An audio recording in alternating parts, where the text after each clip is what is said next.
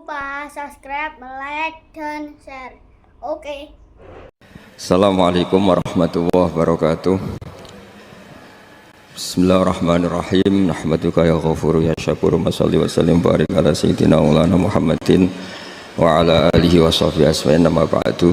Nah, ini cobalah jadi etika kita, muhasabah kita. Jadi muhasabah itu cara berpikir kita set, kita pikir ulang. Ternyata semangatnya seorang nabi itu wastaghfir lidzambika walil mu'minun. Semangatnya itu memintakan ampun. Orang ahli tafsir tahu semua kalau nabi itu tidak mungkin dosa. Jadi itu khitabun nabi wa urida bihi ummatu, itu khitab nabi, tapi yang dimaksud itu umatnya, karena nabi tidak akan mengalami dzambun, tidak akan mengalami dosa. Sekarang enggak, kadang-kadang kita ini kalau orang lain salah itu semangat. Kalau di perusahaan ada teman salah, apalagi miran salah itu seneng. Barokahnya salah bisa ganti kan gitu. Mungkin di dunia tokoh juga gitu, barokahnya ada tokoh salah, kita yang jadi populer sendiri. Tidak boleh seperti itu. Kita harus salimus sodri di jami'il muslimin. Jadi ini harus dilatih. Saya tadi matur sama Habib Ahmad, latihan kita jadi hidup. Nabi itu kalau resep jadi wali itu kata Nabi gampang. Kata Nabi, kalau kamu ingin disenangin Allah, ya sudah. Kalau kamu asbahta wa amseta gini-gini, perasaan kamu, kata Nabi, jangan punya perasaan ghil sama orang muslimin. Itu sudah wadzalika min sunnati. Makanya Nabi ngendikan la yablughni ahadun an ahadin syai'an. Ada yang baca la yuballighni ahadun an ahadin syai'an. Seseorang jangan melaporkan ke saya tentang salahnya yang lain. Fa inni akhruju ilaikum wa ana salimus sodri. Karena saya ingin ketemu sampean semua dalam keadaan salimus sodri, tidak punya perasaan apa-apa.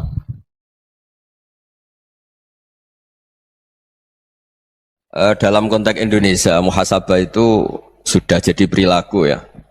Karena dulu orang tua saya, guru-guru saya kalau ngandani itu, bayangkan kalau kamu jadi dia ya. Jadi misalnya kita mentang-mentang atasan, otoriter sama bawahan, bayangkan kalau kamu jadi yang bawahan itu kayak apa. Laukun tamakanah, kalau orang Arab bilang, bayangkan kalau kamu di posisi dia. Makanya guyonannya orang-orang Indonesia itu kan orang ngaramkan judi gitu, bareng dikasih tahu, tapi yang menang anak jenengan, alhamdulillah. Ternyata ngaramkan itu karena ada anaknya. Kalau anaknya yang menang ya seneng. Meskipun itu guyonan, tapi saya punya padanan itu dalam kitab Hikam. Nabi Ibrahim itu Khalilur Rahman, tentu bencinya minta ampun sama yang namanya maksiat. Suatu saat beliau diterbangkan di alam malakut. Itu kalau di Hikam saya halaman 15 juga. Saya masih ingat betul. Mungkin kalau Anda beda halaman karena beda cetakan. Atau nggak punya kitabnya. Atau punya tapi tidak bisa baca. Nah itu jadi berbagai kemungkinan. Atau punya tidak bisa baca tapi dianggap jimat. Atau digo pencitraan. Banyak itu kaji-kaji tidak bisa baca kitab tapi di ruang tamunya kitabnya besar-besar. Pencitraan itu. Tapi ya bagus lah, nggak apa-apa untuk syiar. Setelah diterbangkan di alam malakut, diperlihatkan sama Allah, ada orang pezina, ada orang syaribul khomri, ada orang mabuk, ada orang macam-macam. Allah tanya sama Nabi Ibrahim, bagaimana pendapat kamu Ibrahim tentang mereka yang maksiat? Kata Nabi Ibrahim, ya Allah, habisi saja mereka. Mereka hidup di bumi engkau, makan rezeki engkau, kemudian mereka tidak taat sama engkau. Singkat cerita, di fase itu, saya ulang lagi, di fase itu Allah nurutin sampai sekian peristiwa, mungkin 3 atau 4. Sudah, setelah sekian tahun Nabi Ibrahim lupa peristiwa itu, kemudian beliau diminta menyembelih anaknya. Ini versi kitab Hikam. Memang versinya banyak tentang kenapa Nabi Ibrahim disuruh menyembelih anaknya. Ketika mau menyembelih anaknya, Nabi Ibrahim ragu. Huwa samratu fuadi. Anak saya ini buah hati saya, kenapa engkau suruh menyembelih? Terus kata Allah, apa kamu tidak ingat ketika kamu saya angkat di alam malakut, kemudian kamu usul bunuh-bunuh, saya ada mempertimbangkan usul Anda, tapi kenapa sekarang saya merintahkan kamu mikir gitu? Terus, ya karena ini anak saya ya Allah. Terus kata Allah, rumang samu wong sumpukon mata ini gak gawean kau sing gawe kowe enak wae usul mata ini. Jadi sebenarnya saya yang bikin, kemudian Anda enak aja usul membunuh. Semenjak itu Nabi Ibrahim itu di eranya itu asfaqun nas, orang paling sayang sama manusia. Karena kadang kita keras itu ya kebetulan tuh udah anak kita, ada keluarga kita. Cara orang Jawa itu kan gitu ya, kalau ada perempuan terus macak yang macam-macam pakai sepeda motor cowok terus wah itu luput suwuk, semoga-moga gini. Tapi setelah dikasih tahu, niku ponakane jenengan, semoga-moga selamat. Jadi jangan-jangan kemarin ahli ma'asi itu kebetulan tuh tidak keluarga kita. Kalau keluarga kita yang pernah salah pada kita, semangat kita mintakan maaf. Jangan-jangan kita didikte hukum sosial gitu. Jadi orang yang salah, kebetulan tuh orang yang menservis kita. Atau keluarga kita, atau orang dekat kita. Jangan-jangan semangat kita mintakan ampun. Tapi kalau sama orang lain, kebetulan musuh kita semangatnya minta itu kena adab. Nah ini yang nggak boleh dalam Islam. Islam mengajarkan niru Rasulullah SAW, Nabi itu rahmatal lil alamin. Bahkan kemarin saya ngaji virtual sama beberapa habaib, ada Habib Ali Al-Jufri dari Mesir, ya. Ada Habib Alwi dari Kuitang, ada Habib Nabil Al-Musawa. Dari sekian habaib itu saya masih ingat diantaranya yang didawuhkan rahmatan lil alamin itu ketika Nabi adahu kaumuh, disakiti oleh kaumnya, dan itu mereka masih kafir semua. Itu mereka dapat doanya Nabi, Allahumma hdi qaumi fa innahum la ya'lamun. Kayak apa baiknya Nabi, orang yang menyakiti, yang melukai, tapi Nabi masih berdoa, Allahumma hdi qaumi fa innahum la ya'lamun. Sayyidina Umar dapat doanya Nabi itu yakhina kana kafiran, ketika masih kafir didoakan. Allahumma a'izzal Islam bi Umar. Itu ketika masih kafir. Itu pelajaran bagi kita bahwa yang sedang tidak cocok pun itu berdapat doa kita. Ya doa supaya kondisi kita baik, hari tambah baik. Karena agama ini saya berkali-kali bilang limangka nayarjuwa hawal yaumal akhir. Agama ini diperuntukkan bagi yang selalu punya harapan pada Allah Subhanahu wa taala. Saya cerita muhasabah ini tentang hubungan kita dengan Allah.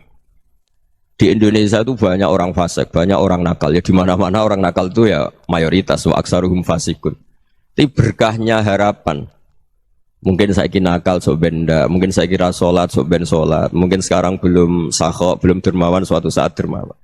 Barokahnya itu kefasikan ini dianggap sementara, sedang fasik, sedang tidak benar. Karena kiai-kiai kita, para guru-guru kita, para habaib utamanya itu mesti bilang semoga husnul khotimah. Nah barokahnya doa itu semoga husnul khotimah itu menjadikan satu pola sosial. Yang sedang fasik ini masih diharapkan jadi lebih baik, jadi lebih. Sehingga kita tidak ngambil sikap ekstrim, yang ingin menghabisi atau ingin mengadili, tidak. Karena selalu kita punya harapan. Dan agama ini limangka nerjuwo hawal yaumil akhir. Bayangkan itu kalau yang nakal itu anak kamu. Pasti kamu nggak ingin kan langsung dapat azab, dapat apa. Padahal kita semua jadi tokoh ini abul kulli, bapak dari semuanya.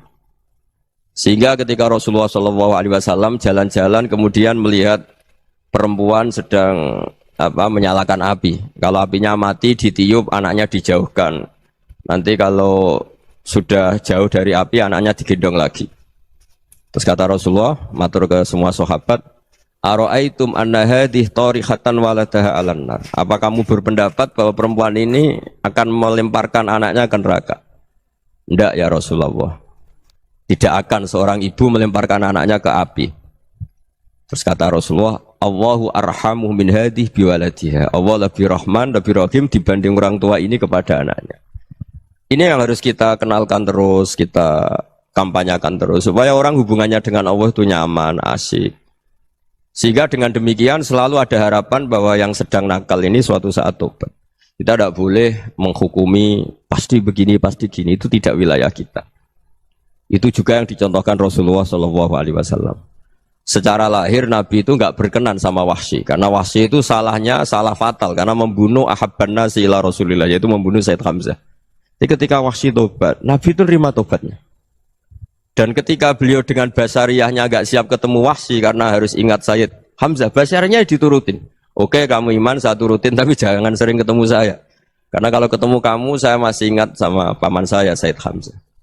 Kita bisa ngelola seperti itu. Kita tidak cocok sama orang, bagaimanapun mereka umat Rasulullah SAW, kita tetap mencintai mereka.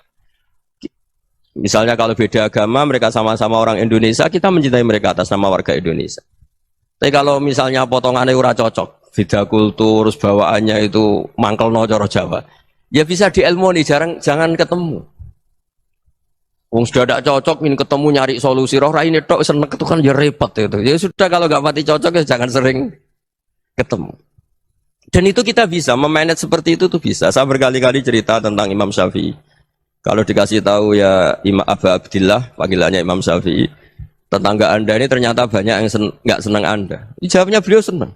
Ya bagus kalau nggak senang saya, ndak utang saya katanya. Jadi gara-gara sampean seneng aku ngatur aku ini kan. Nah, mungkin sampean rasa seneng kan ya enak.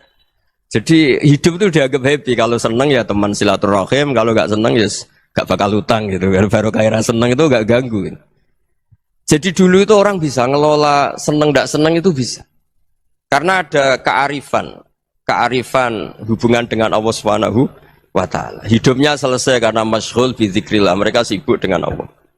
Makanya kata ulama-ulama tasawuf, kamu jangan melihat manusia perilakunya, tapi kamu juga harus ingat yang gerakkan semua itu Allah Subhanahu wa Ta'ala. Dengan demikian kita faroh, kita senang.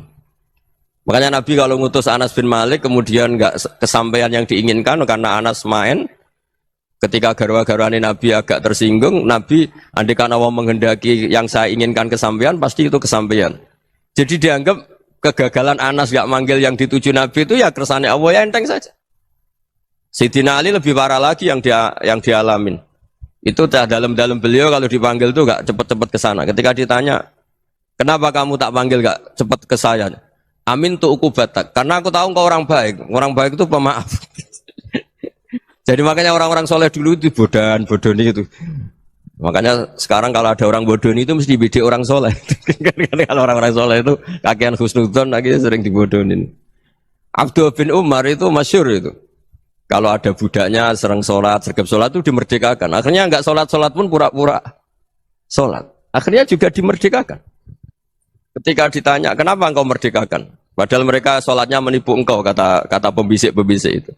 Man khoda'ana lillah in khoda'na lah. Dia nipu atas nama Allah, berarti saat tertipu juga atas nama Allah. Gak masalah dong, semuanya demi Allah Subhanahu wa Ta'ala. Jadi ketika kita ketemu mensifati Allah Ta'ala itu ghafir, Allah pemaaf. Jangan kamu gak fair untuk diri kamu nyifati Allah ghafir, pada orang lain Allah kamu sifati syadidul iqab. Jadi Allah kamu atur, kayak MC tadi ngatur saya. Jadi Allah itu apa? Kalau pada saya ghafir, kalau pada musuh saya syadidul iqam. Itu tidak fair. Kalau Anda punya harapan kepada Allah karena Allah Rahman Rahim, Allah ghafir, sebenarnya Allah pada musuh kita ya bisa saja Allah ghafir, bisa saja Allah Rahman Rahim. Sehingga kita melihat orang lain yang kita tidak cocok itu ya enteng saja. Itu min ummati Rasulillah sing tanaluhu syafa'atuh, tanaluhu sa'atu rahmati, tanaluhu fair. Jangan dengan kita kayak mesti dapat rahmat. Jangan orang lain kayak Allah pasti syadidul iqab. Itu tidak boleh. Sehingga ketika ada orang Badui, singkat cerita orang Badui ini kencing di masjid. Semua sahabat membentak dia. Yang enggak bentak hanya Nabi tok. Saking mangkelnya orang ini karena semua sahabat bentak kecuali Nabi. Setelah dibenari Nabi, terus Nabi nyuruh sabbu ali dhanuban min ma'in. Setelah disucikan masjid itu, dia berdoa keras sekali. Allahumma arhamni wa Muhammadan wa la tarham ma'ana ahadan. Ya Allah, yang berhak dapat rahmatmu hanya saya dan Nabi Muhammad, yang lainnya jangan. Karena yang lainnya tuh jengkelin, gitu aja saya salah dimarah-marahin gitu. Jadi kalau kamu doa terbatas ya kayak orang Bedui nih, kayak orang Arabi. Apa kata Nabi? Laqad tahajjarta wasi'an. Allah yang rahmatnya luas menjadi kamu sempitkan. Karena kamu mau atur Allah hanya rahman pada Indonesian Power, pada NU, pada kita, yang orang lain nggak perlu dapat. Itu kan kasihan Islam, karena Islam terus nggak dimiliki semua orang.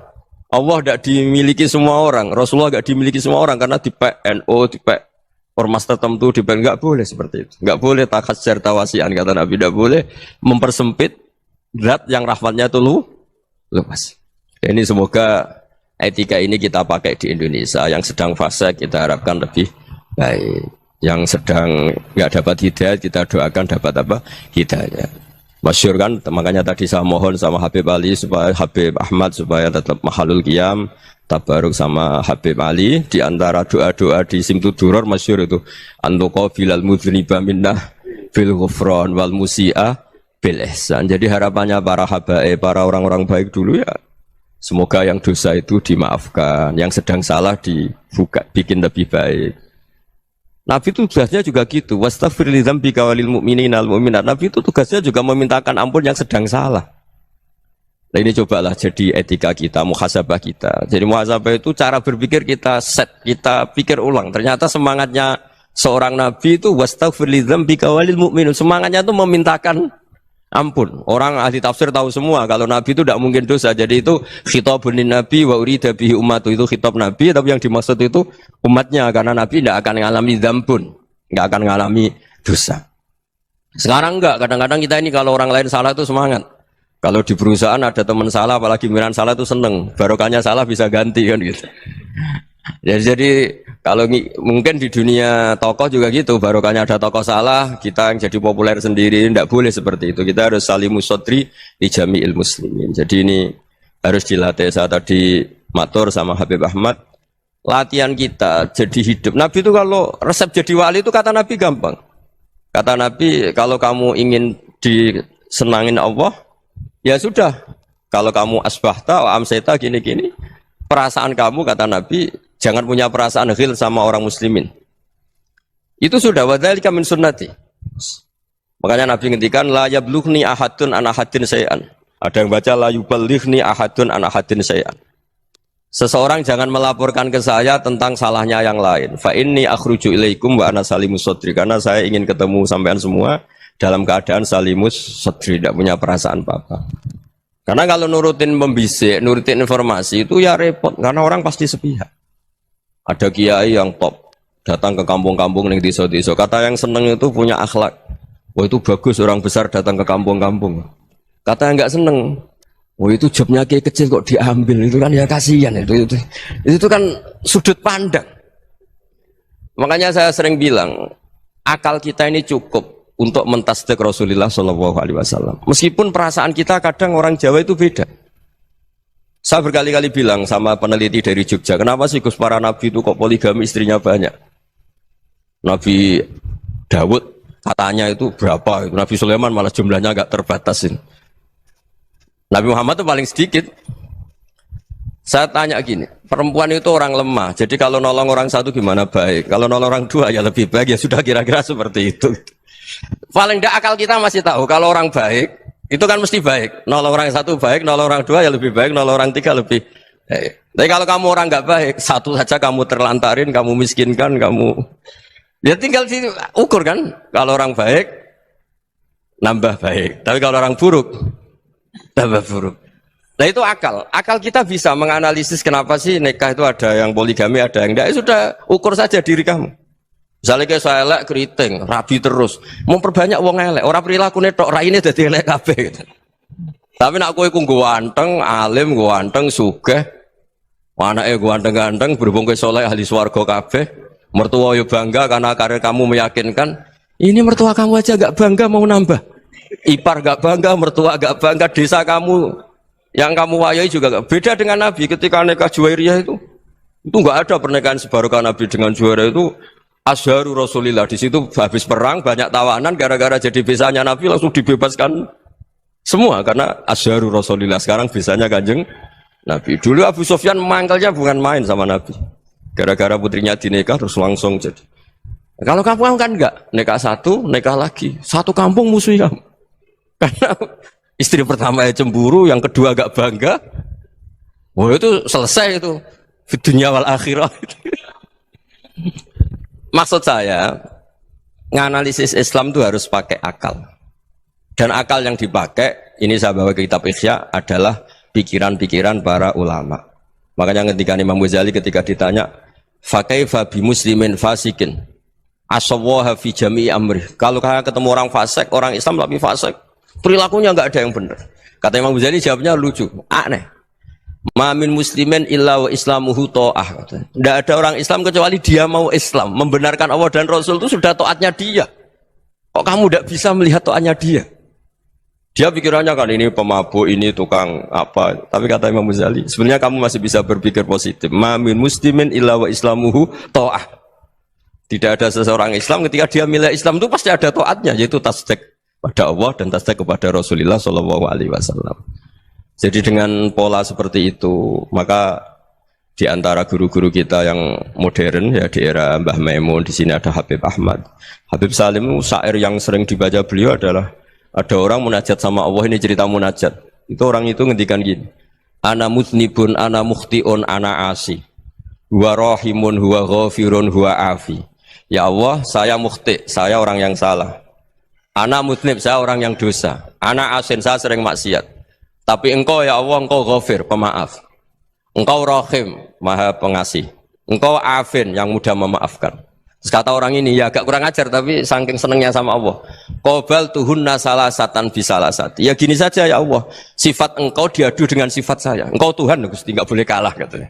Terus wasatahliban ausofu ausofi, dan kau pasti pemenangnya gitu. Jadi ada orang rayu Allah dengan cara seperti itu ya ada ya. Saya ini manusia, salah saya banyak. Engkau ampunannya banyak. Engkau Tuhan Gusti, enggak boleh ampunan Anda, ampunan engkau kalah dengan salah saya. Enggak boleh Tuhan kok kalah. Nah, jadi untuk supaya orang punya harapan gitu. Banyak juga wali-wali yang jadab ketika datang ke makam Rasulullah SAW. Itu kalau dongo ya agak kacau sebetulnya, cara syariat agak kacau.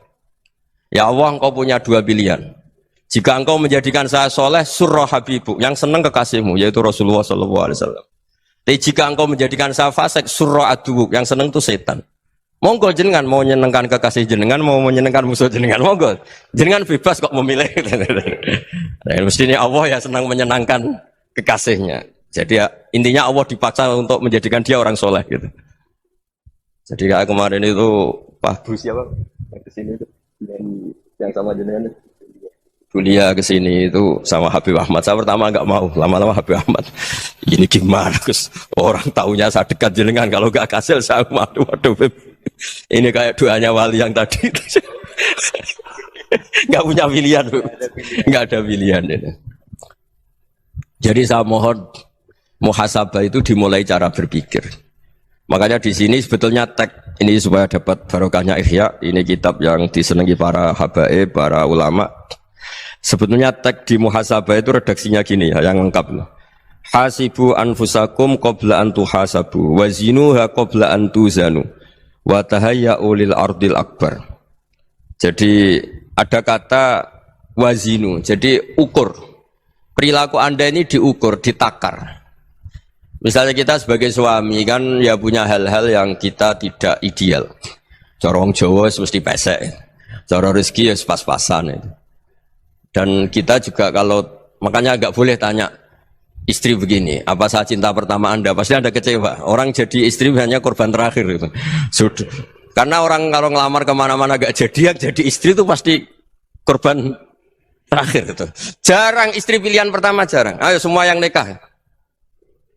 Rata-rata itu pilihan Anda pertama Pak, dari sekian ditolak di mana-mana terus. Ya perempuan terakhir. Kamu juga korban terakhir gitu. Itu wali-wali dulu kalau ngandani kita itu sederhana. Antal ini masyhur diceritakan Habib Zain bin Semit dalam kitab Al-Manhajus Sawi. Antalam tajid min nafsika kullama turid. Fa kaifa turidu min ghairika kullama turid. Kamu yang ingin ideal saja, kamu tidak menemukan pada diri kamu untuk menjadi ideal. Kamu kan ingin ganteng, ingin punya uang banyak, ingin perilaku Anda sempurna. Anda saja yang punya keinginan tidak bisa mewujudkan keinginan Anda sendiri. Fa kaifa turidu min ghairika ma turid. Jadi antalam tajid min nafsika kullama turid. Fa kaifa turidu min ghairika kullama turid. Kamu yang punya keinginan saja. Misalnya saya ingin punya uang banyak, perilaku saya selalu benar, gak pernah salah. Loh, saya yang ingin saja dengan diri saya, gak bisa untuk benar terus. Kok kamu berharap orang lain selalu benar? Jadi antalam tajid ya sama. Kalau kamu menuntut istri kamu itu ramah, neriman, apa kamu neriman sama wajah istri Anda gitu? Engko ya pola neng dindi jajaki sana jajaki sini, kamu sendiri ndak kona apa. Jadi itu nasihat yang luar biasa. Antalam tajid min nafsika kullama turid, fa kaifa turidu min ghairika kullama turid. Kamu mau menghormati semua orang, enggak mau kan? Kemudian Anda berharap semua orang menghormati kamu. Kamu enggak ingin kan orang lain semua menghujat kamu. Sementara kamu enak aja menghujat orang lain. Makanya Rasulullah SAW itu luar biasa ketika bikin kaidah sosial. Apa la yu'minu ahadukum hatta yuhibba li akhihi ma yuhibbu li nafsi. Jadi kalau ukuran iman itu sederhana. Kalau sesuatu itu baik, nyaman bagi Anda ya bayangkan itu pada teman Anda. Misalnya Anda bangun tidur sudah acak-acakan, enggak punya uang, utang jatuh tempo, kan enggak ingin ketemu orang. Ya kamu jangan bertamu ke jenis ini karena dengan kamu yang alami juga enggak siap ketemu orang. Makanya ada Habib Alim itu dilapuri sama seseorang. Beb, dulu teman saya itu ketika saya kaya itu sering main ke saya. Setelah saya miskin, mereka tidak main ke saya. Kata Habib itu bagus, sunnah Allah begitu itu bagus. Coba kalau kamu dulu kaya, teman kamu main kan kamu gaya, di rumah ada makanan, bisa hormat tamu. Setelah kamu miskin jadi buruh manol di pasar atau buruh bikin boto, teman kamu datang, malu enggak kamu? Mendingan enggak datang gitu. Akhirnya baru, oh ya alhamdulillah kalau gitu. Loh iya kan dulu teman kita datang, kita ada Alphard, istri cantik, rumah bagus. Setelah kita miskin, buruhnya orang pas dibentak-bentak, teman kamu udah datang. Milih datang apa enggak kalau setelah kamu jatuh? Enggak kan? Jadi barokahnya ilmu itu terus. Ya, tapi kadang-kadang orang loh, wah setelah saya miskin teman-teman enggak kasih ke sini. Ya kalau kamu sudah jatuh teman-teman kamu ke situ jadi tontonan. Ya mulai sekarang cara berpikir itu dirubah. Dulu yang namanya kiai itu kalau diundang orang itu ya agak-agak senang. Semenjak saya itu agak rubah. Mengundang kiai, ngatur kiai itu tak haram-haramkan ya ada lumayan lah sekarang itu sudah mulai agak beretika. Dulu itu ngundang tuh tanggalnya ditentukan, jamnya ditentukan, enggak mikir apa kiai saat itu nganggur, enggak. Punya wadifah, enggak. Dia milih tanggal yang dia nganggur, enggak mikir masa itu kiainya nganggur apa, enggak. Ya saya hanya cerita aja, kamu tersinggung ya monggo, boten ya monggo itu kan. Jadi saya mohonlah supaya tadi saya juga matur ke Habib Ahmad. Jadi untuk orang merasa ikut sunnah Rasul itu gampang sekali kata Sayyid Muhammad. Dulu Nabi berpakaian ala daerahnya. Kalau mikot ya pakai mikotu baladi. Karena Nabi orang Madinah dan beliau berdomisili di Madinah ya misalnya mikotnya dari Bir Ali misalnya. Tapi kalau anda orang kawasan Tanim mau umrah ya dari Tanim. Misalnya kawasan Jirona ya dari Jirona. Artinya apa? Kamu ngambil mikot karena Nabi mikot misalnya dari Bir Ali. Bukan berarti kamu harus seperti Nabi di Bir Ali, kamu orang Mekah, misalnya kamu orang Tanim, orang dia harus dari mikotu apa? Baladi. Sama, makanya di fikih-fikih itu kalau tahnik anak, Nabi orang Arab, halawiyatnya kurma ya kurma. Kalau orang Jawa sedegan, semua podo-podo. Ya, podo-podo manis. Jadi ini tabaruk sama Sayyid Muhammad, ini ada murid beliau, Habib Ahmad, saya baca. Supaya orang itu merasa ikut Nabi itu gampang sekali. Ini saya baca ya di halaman tadi, disaksikan Habib Ahmad 433 di kitab apa ini? Manhajus Salaf fi Fahmin Nusus. Itu kata Sayyid Muhammad wa kanat sunnatu Rasulillah annahu yat'amu ma yajiduhu fi ardi wa yalbasu ma yajidu wa yarkabu ma yajidu mimma abahu wa ta'ala. Faman istamala ma yajiduhu fi ardi fa huwa al-muttabi' lis-sunnah. Kama annahu hajjal baita min madinati. Faman hajjal baita min madinati nafsi fa huwa al-muttabi' lis-sunnah wa illam takun hadhil madinatu tilka. Jadi intinya misalnya Nabi dulu itu ngasih sodakoh kepada fakir miskin ya pakai dinar, dirham. Ya kalau orang misalnya sodakoh pakai rupiah ya sudah ikut sunnah Nabi. Jangan, lu Nabi pakai dinar loh, kamu kok pakai rupiah. Dulu dinarnya Nabi udah ada tulisannya Bank Indonesia, kamu ada tulisannya Bank. Ya udah ada seperti itu. Ya jadi misalnya Nabi sodakoh pakai tamar atau pakai al-aqid, ya kita pakai beras, pakai apa. Supaya orang tuh bahwa Rasulullah itu milik kafatal linnas, milik semuanya. Sehingga merasa ikut sunnah Nabi itu ya semuanya. Makanya dulu Mbah Mun kalau motivasi saya supaya bombong, kalau orang Jawa bilang bombong. Wong Jawa itu mesti ono wong alim. Beliau menyontohkan mas itu Mbah Fadol, Senori, Mbah Ihsan Jambes. Itu bisa ngarang-ngarang kitab luar biasa. Padahal beliau bukan orang Arab. Imam Sibawai itu orang Persia. Imam Ghazali orang Tos itu juga ikut Persia.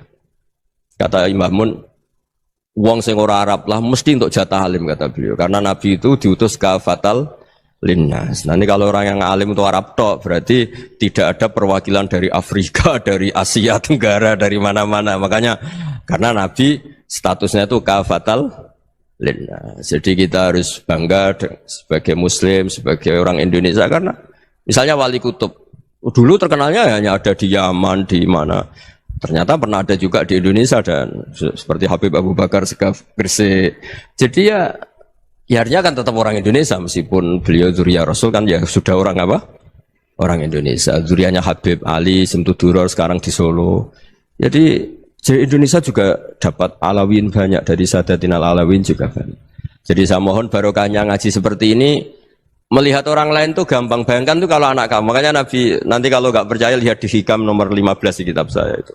Di situ dijelaskan oleh Hikam, jangan-jangan semangat Anda pada orang yang maksiat, pada orang yang keliru supaya dihukum itu karena kebetulan itu udah anak Anda, itu udah keluarga Anda. Coba kalau itu keluarga. Makanya kalau saya guyonan di Jogja itu, Ada pembantu mecahkan piring terus dimarahi majikannya. Saya mesti guyon gitu. Pasti itu pembantunya tidak cantik. Kok bisa, Gus? Andai kan cantik dan kamu senang mecahno piring satu, piring 1000 ora iso ngamuk kowe. Ternyata ngamuknya itu karena mecahkan piring apa karena plus tidak cantik? Coba jawab para lelaki ini. Kamu marah sama orang maksiat tuh karena maksiat karena plus itu udah anak Anda. Bayangkan kalau itu anak Anda. Itu hebatnya Rasulullah SAW. Karena kita yang salah pun kadung umatnya, Nabi tetap ngasih fasilitas syafaati li ahlil kabair min ummati. Kayak apa baiknya Nabi? Tidak ikut maksiat tapi ikut fasilitasi ngasih syafaat. Loh kalau li ahlil ibadah kan wajar. Nabi ketika ini syafaati li ahlil kabair min ummati. Ya karena tadi logika yang dibangun Rasulullah itu logika yang luar biasa. Kita semangat orang lain kena hukuman itu karena kita tidak punya ra'fah, tidak punya rahmah. Coba kalau Rasulullah yang bil mukminina raufur rahim, semangatnya itu mendoakan supaya tobat, mendoakan diampuni. Dan itu juga yang diperintahkan oleh Allah Subhanahu wa taala, wastaghfir li dzambika walil mu'minina wal mu'minat. Ya semoga barokahnya ngaji ini, barokahnya Habib Ahmad, barokahnya Maulid Simtud Duror, barokahnya semua kitab Madaih, Tibak Barjanji semuanya, barokahnya Ikhya, barokahnya Said Muhammad, barokahnya guru kita semua, Mbah Maimun, bapak saya. Kita ini ngikuti manhaj, ya, ngikuti apa? Manhaj. Saya sering didawi Mbah Mun, kenapa ihdinas siratal mustaqim bukan siratoka, bukan jalan engkau ya Allah? Karena Allah itu enggak bisa kamu tiru. Allah itu tidak tidur, tidak makan, tidak kesel, tidak capek.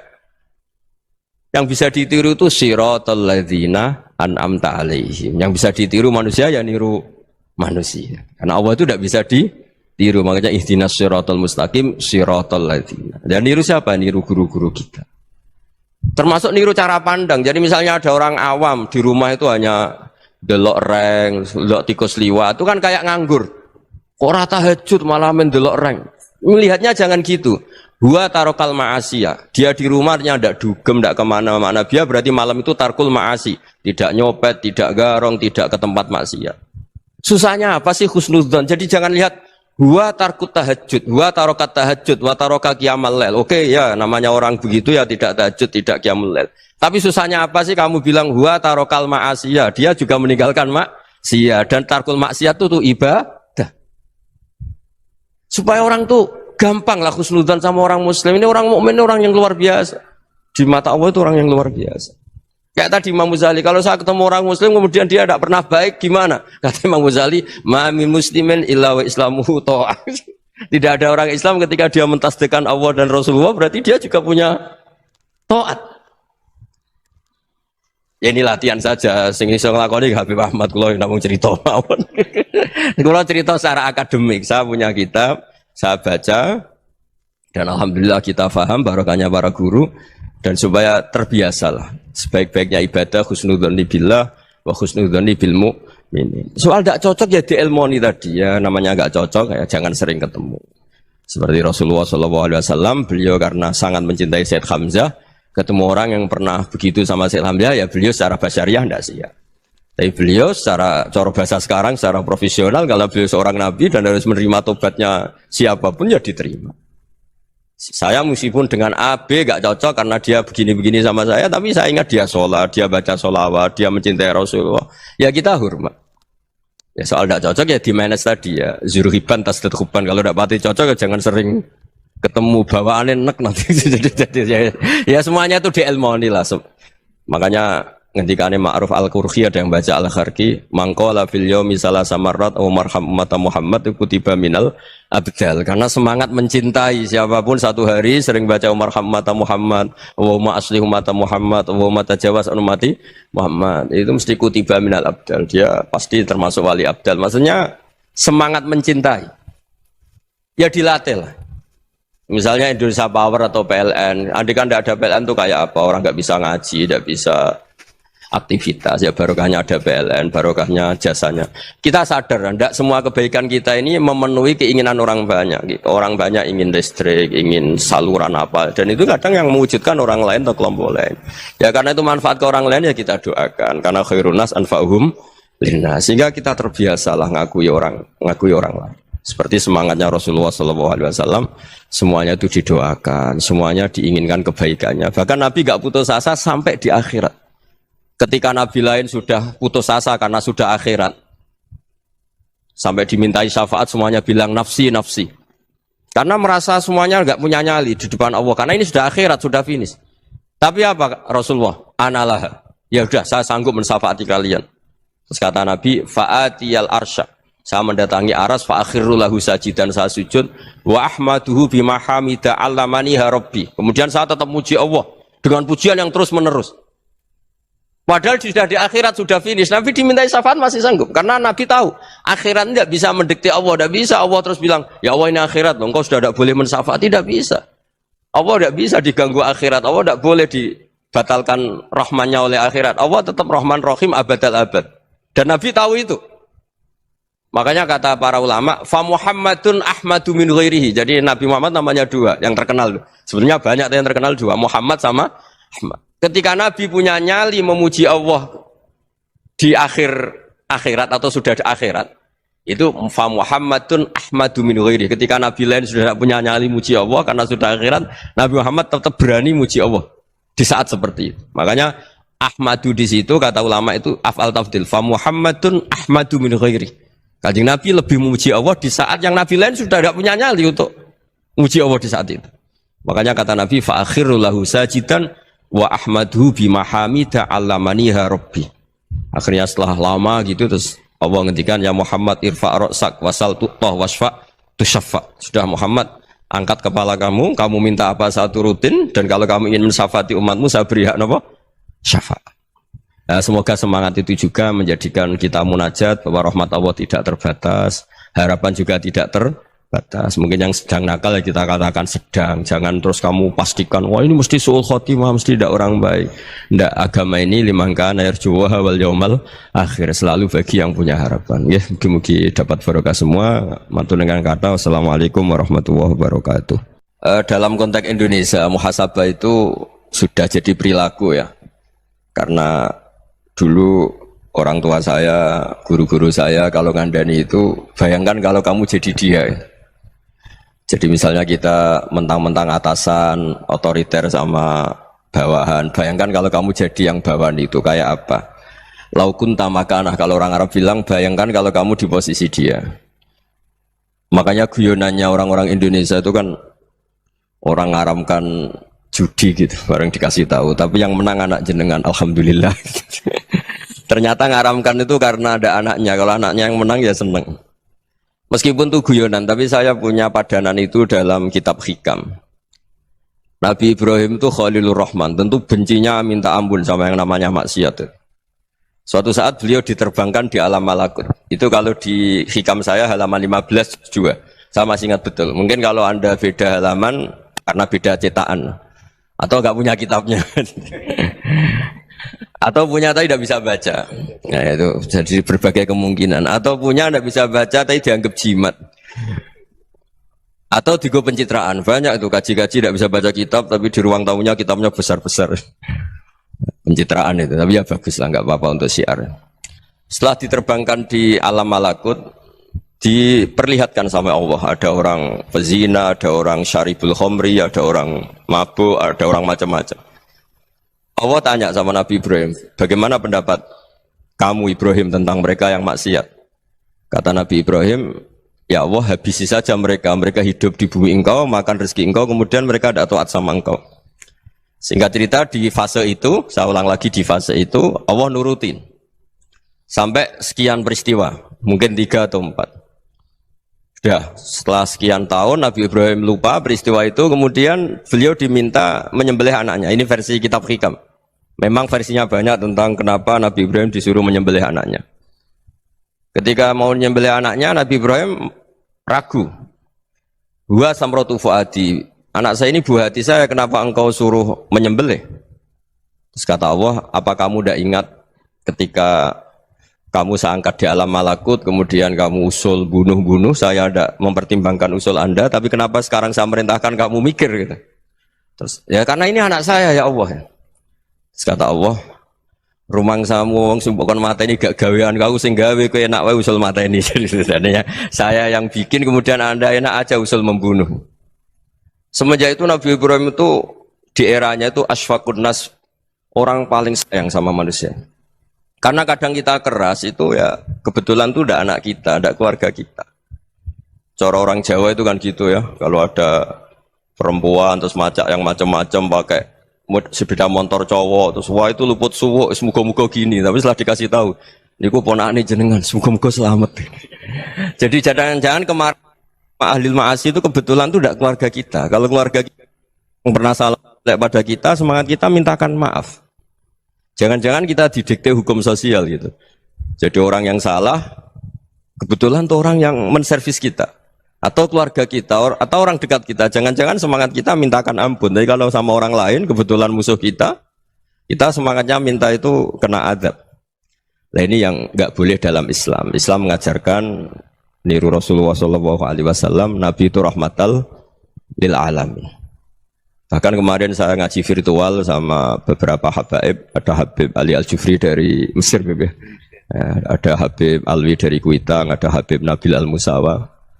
Dari sekian habaib itu saya masih ingat diantaranya yang didawuhkan rahmatan lil alamin itu ketika Nabi adahu kaumuh, disakiti oleh kaumnya, dan itu mereka masih kafir semua. Itu mereka dapat doanya Nabi Allahumma hdi qaumi fa innahum la ya'lamun. Kayak apa baiknya Nabi, orang yang menyakiti, yang melukai, tapi Nabi masih berdoa Allahumma hdi qaumi fa innahum la ya'lamun. Sayyidina Umar dapat doanya Nabi itu ya khina kana kafiran, ketika masih kafir didoakan Allahumma aizzal Islam bi Umar. Itu ketika masih kafir. Itu pelajaran bagi kita bahwa yang sedang tidak cocok pun itu berdapat doa kita. Ya doa supaya kondisi kita baik, hari tambah baik. Karena agama ini saya berkali-kali bilang limangka nayarjuwa hawal yaumal akhir. Agama ini diperuntukkan bagi yang selalu punya harapan pada Allah Subhanahu wa taala. Saya cerita muhasabah ini tentang hubungan kita dengan Allah. Di Indonesia itu banyak orang fasik, banyak orang nakal. Ya di mana-mana orang nakal itu ya mayoritas, wa aksaruhum fasikun. Tapi berkahnya harapan. Mungkin saya kira nakal sok benda, mungkin saya kira sholat sok ben sholat, mungkin sekarang belum sakhok, belum dermawan, suatu saat dermawan. Barokahnya itu kefasikan ini dianggap sementara.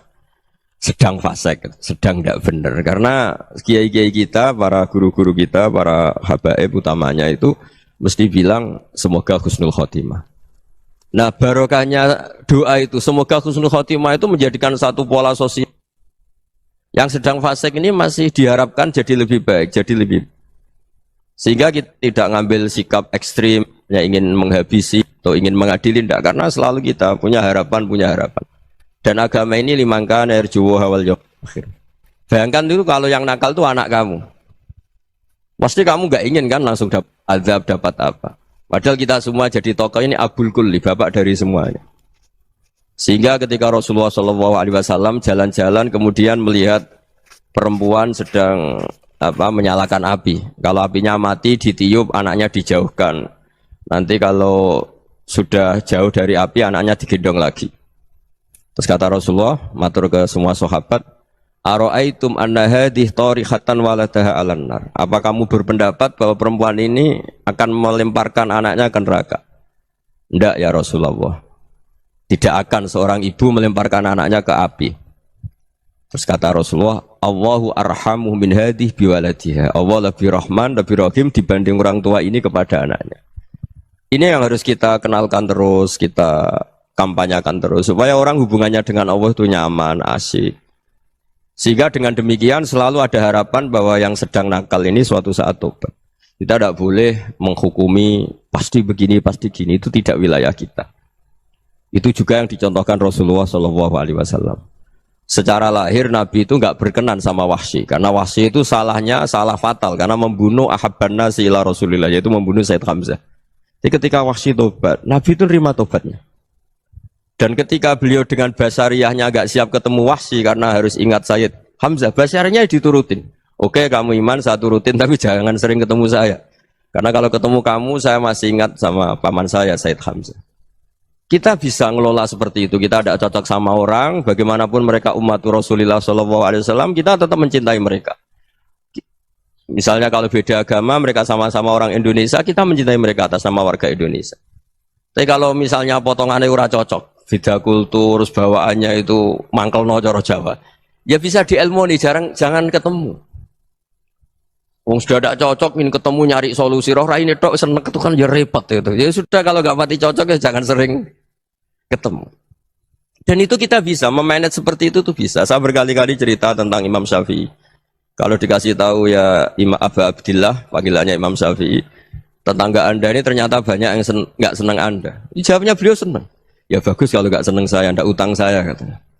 Jadi gara-gara sampean seneng aku ngatur aku ini kan. Dan mungkin sampean rasa seneng kan ya enak. Jadi hidup itu dianggap happy. Kalau seneng ya teman silaturahim, kalau nggak seneng ya nggak bakal utang gitu. Baru kaya seneng itu nggak ganggu. Gitu. Jadi dulu itu orang bisa ngelola seneng nggak seneng itu bisa. Karena ada kearifan hubungan dengan Allah Subhanahu wa Ta'ala. Hidupnya selesai karena masyghul bi dzikrillah. Mereka sibuk dengan Allah. Makanya kata ulama-ulama tasawuf, kamu jangan melihat manusia perilakunya, tapi kamu juga harus ingat yang gerakkan semua itu Allah Subhanahu wa Ta'ala. Dengan demikian kita farah, kita senang. Makanya Nabi kalau ngutus Anas bin Malik kemudian nggak kesampaian yang diinginkan karena Anas main, ketika garwa-garwani Nabi agak tersinggung, Nabi andaikan Allah menghendaki yang saya inginkan kesampaian, pasti itu kesampaian. Jadi dianggap kegagalan Anas nggak manggil yang dituju Nabi itu ya kersane Allah, ya enteng saja.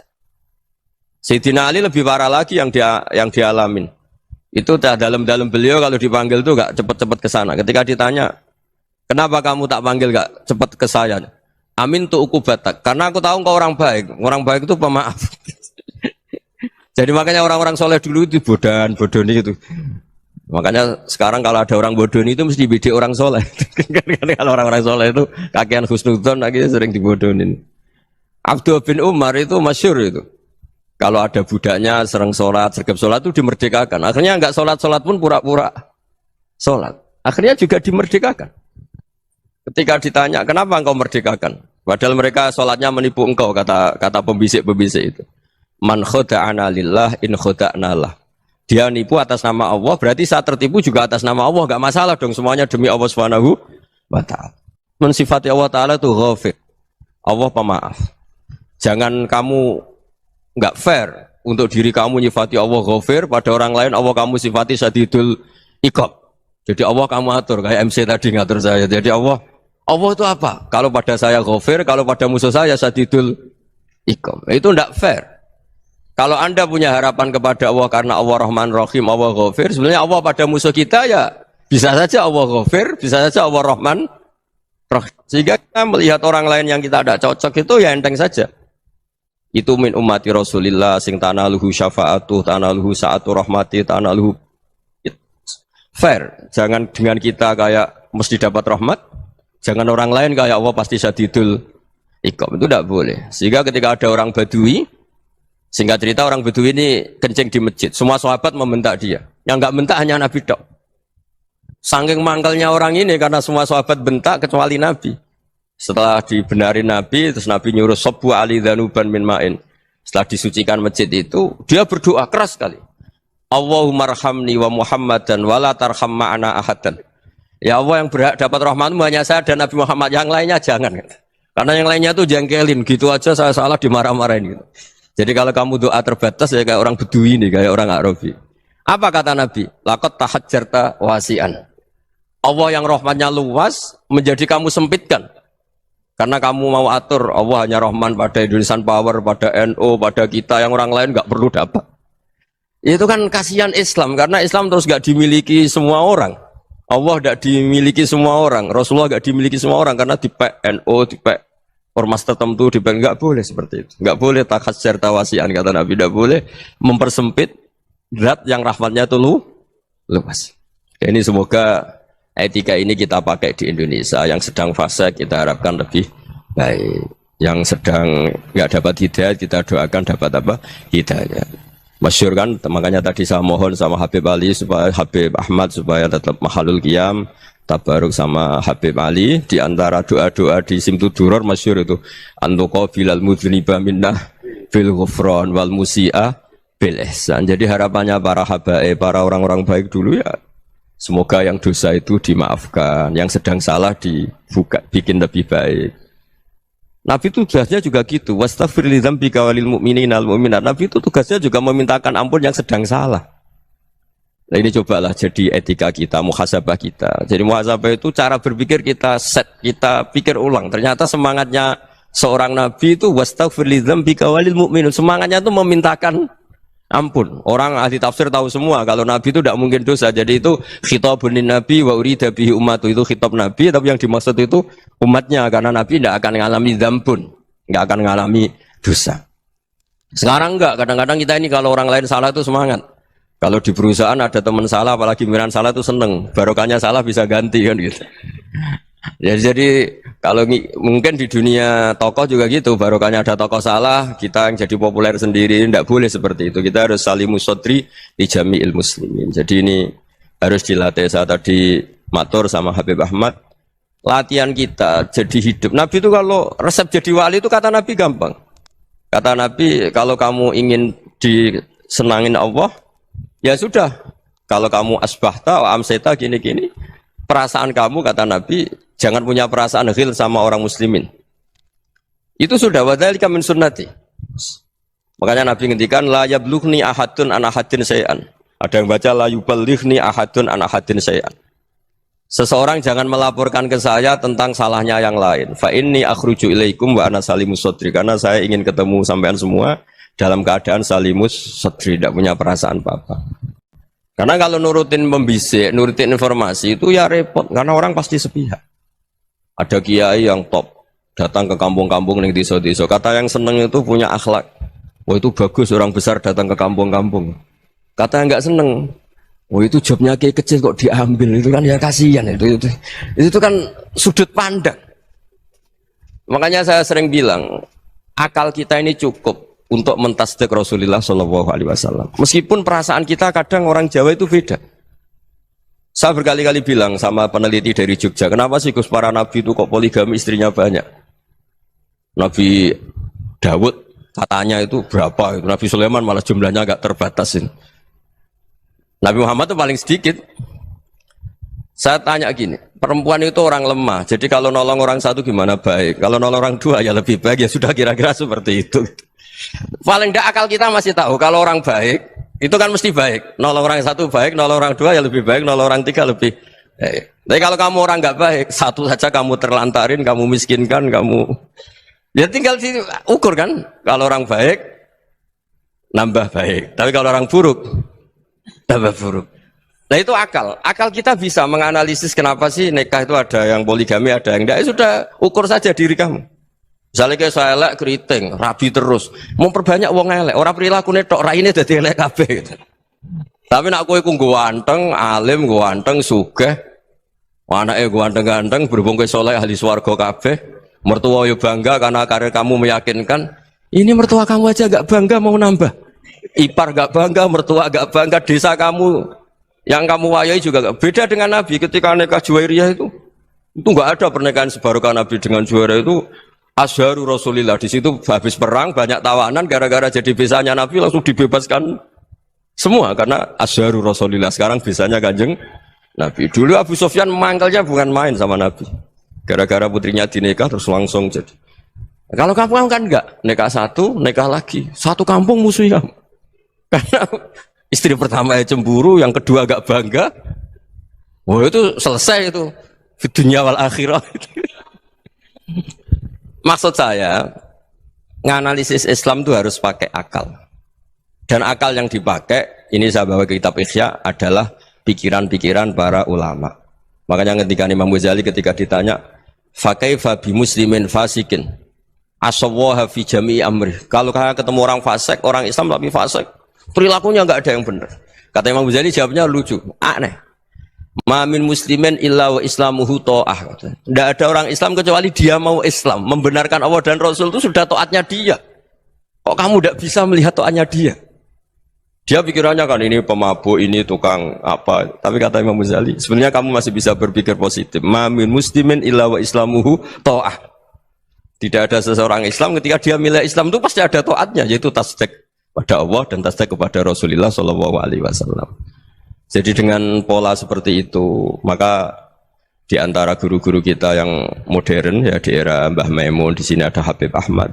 Habib Salim syair yang sering dibaca beliau adalah ada orang munajat sama Allah, ini cerita munajat. Itu orang itu ngendikan gini. Ana mutnibun, ana mukhtiun, ana asi. Huwa rahimun, huwa ghafirun, huwa afi. Ya Allah, saya mukhti, saya orang yang salah. Ana mutnib, saya orang yang dosa. Ana asin, saya sering maksiat. Tapi engkau ya Allah, engkau ghafir, pemaaf. Engkau rahim, maha pengasih. Engkau afin, yang mudah memaafkan. Terus kata orang ini, ya agak kurang ajar, tapi saking senengnya sama Allah. Qobal tuhunna salasatan bisalasati. Ya gini saja ya Allah, sifat engkau diadu dengan sifat saya. Engkau Tuhan, Gusti, enggak boleh kalah katanya. Terus wasatah liban ausofu ausofi, dan engkau pasti pemenangnya gitu. Jadi ada orang rayu Allah dengan cara seperti itu ya ada ya. Saya ini manusia, salah saya banyak. Engkau ampunannya banyak. Engkau Tuhan loh Gusti, enggak boleh ampunan Anda, ampunan engkau kalah dengan salah saya. Enggak boleh Tuhan kok kalah. Nah, jadi untuk supaya orang punya harapan gitu. Banyak juga wali-wali yang jadab ketika datang ke makam Rasulullah SAW. Itu kalau dongo ya agak kacau sebetulnya, cara syariat agak kacau. Ya Allah, engkau punya dua pilihan. Jika engkau menjadikan saya soleh, surah habibu, yang senang kekasihmu, yaitu Rasulullah SAW. Tapi jika engkau menjadikan saya fasik, surah adubuk, yang senang itu setan. Monggo jenengan mau menyenangkan kekasih jenengan, mau menyenangkan musuh jenengan, monggo. Jenengan bebas kok memilih. Nah, mestinya Allah ya senang menyenangkan kekasihnya. Jadi ya, intinya Allah dipaksa untuk menjadikan dia orang soleh gitu. Jadi kayak kemarin itu Pak Bu siapa yang kesini itu, yang sama jenengan itu. Dunia kesini itu sama Habib Ahmad. Saya pertama nggak mau, lama-lama Habib Ahmad. Ini gimana Gus? Orang taunya saya dekat jenengan, kalau nggak kasih saya waduh. Ini kayak doanya wali yang tadi. Nggak punya pilihan, nggak ada pilihan. Jadi saya mohon muhasabah itu dimulai cara berpikir. Makanya di sini sebetulnya tag ini supaya dapat barokahnya Ihya. Ini kitab yang disenangi para habaib, para ulama. Sebetulnya tag di muhasabah itu redaksinya gini ya, yang lengkap loh. Hasibu anfusakum qabla an tuhasabu wa zinuha qabla an tuzanu wa tahayya'u lil ardil akbar. Jadi ada kata wazinu, jadi ukur. Perilaku Anda ini diukur, ditakar. Misalnya kita sebagai suami kan ya punya hal-hal yang kita tidak ideal. Corong Jawa mesti pesek. Cara rezeki ya pas-pasan itu. Dan kita juga kalau, makanya nggak boleh tanya istri begini, apa saya cinta pertama Anda? Pasti Anda kecewa. Orang jadi istri hanya korban terakhir gitu. Sudah. Karena orang kalau ngelamar kemana-mana gak jadi, yang jadi istri itu pasti korban terakhir gitu. Jarang istri pilihan pertama, jarang. Ayo semua yang nikah. Rata-rata itu pilihan Anda pertama Pak, dari sekian ditolak di mana-mana terus. Ya perempuan terakhir. Kamu juga korban terakhir gitu. Itu wali-wali dulu kalau ngandani kita itu sederhana.